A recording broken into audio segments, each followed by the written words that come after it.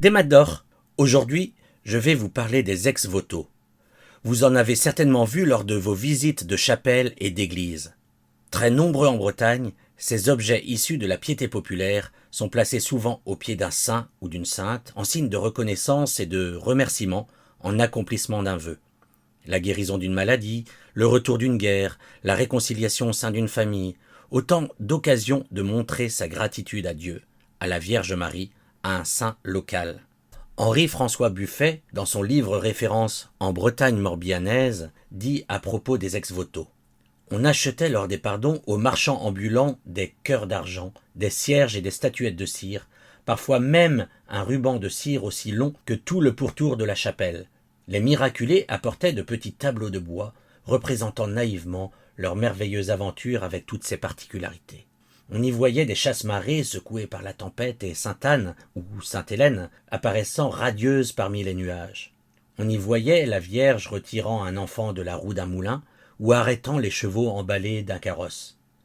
On y voyait surtout combien était vive la reconnaissance des anciens Bretons. À côté des ex-voto, on suspendait les béquilles, les béguins et les brassières, les coiffes, les médailles et les épaulettes, les couronnes de mariée, les cordages de navires, les petits bateaux. Toute la vie du peuple était là, au pied des saints, représentée par des objets très humbles. À Sainte-Anne-d'Auray, on pouvait voir des menottes d'esclaves, des flèches de barbares, des étendards de bateaux, des éclats d'obus, des fragments d'épaves, et même le maillot remporté par Bernard Hinault lors du championnat du monde de cyclisme en 1980. À Notre-Dame de la Peynière, en Ille-et-Vilaine, vous pouvez aussi voir un ex-voto constitué de débris d'avions apporté par le lieutenant François Porte de la Morandière, tombé d'avion sans parachute et miraculeusement sauvé.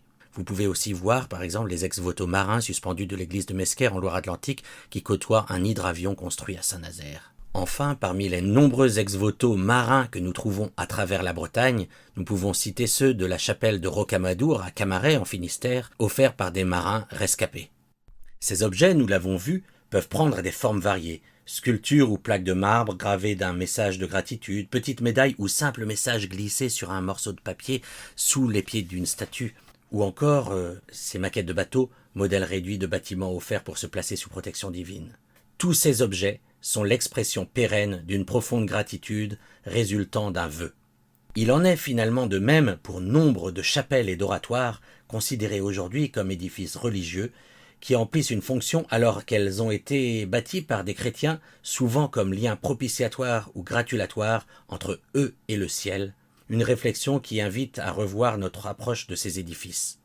Ainsi, la chapelle Sainte-Barbe au Faouët a été édifiée en pleine campagne par Jean de Toulbaudou. Ce seigneur chassait à cheval lorsqu'il fut surpris par un orage. Invoquant la sainte, il lui a promis un édifice pour avoir la vie sauve. Exaucé, il engagea aussitôt les travaux. Si, encore aujourd'hui, nous voyons des ex-voto mis en avant, mis en valeur, parfois des ex-voto plus simples ont été mis à l'écart dans les greniers des sacristies, alors que l'expression de cette piété populaire à travers les siècles sont autant de témoignages de foi qui peuvent nous édifier.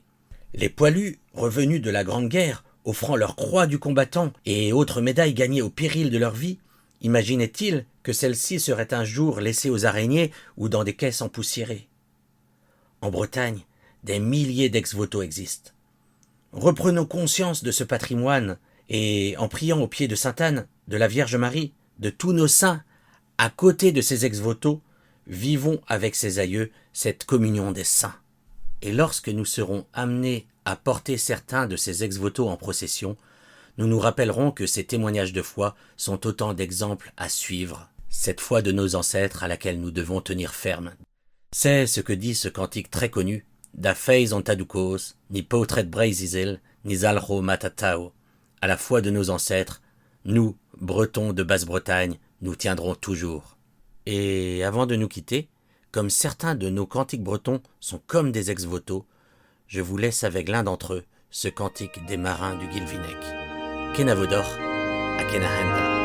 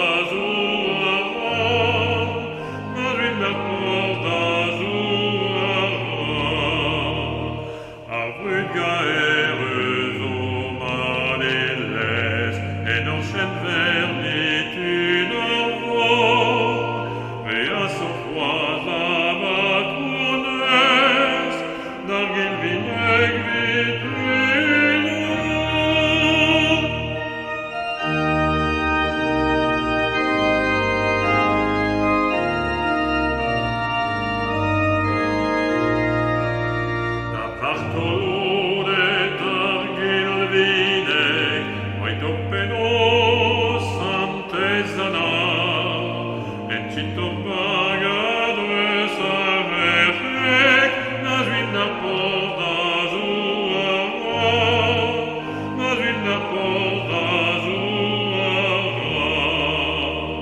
Pas io Jesus d'orgervel, revuelta l'orda noctisu, e vel guisciala ne vestel, ni les obaga uesu.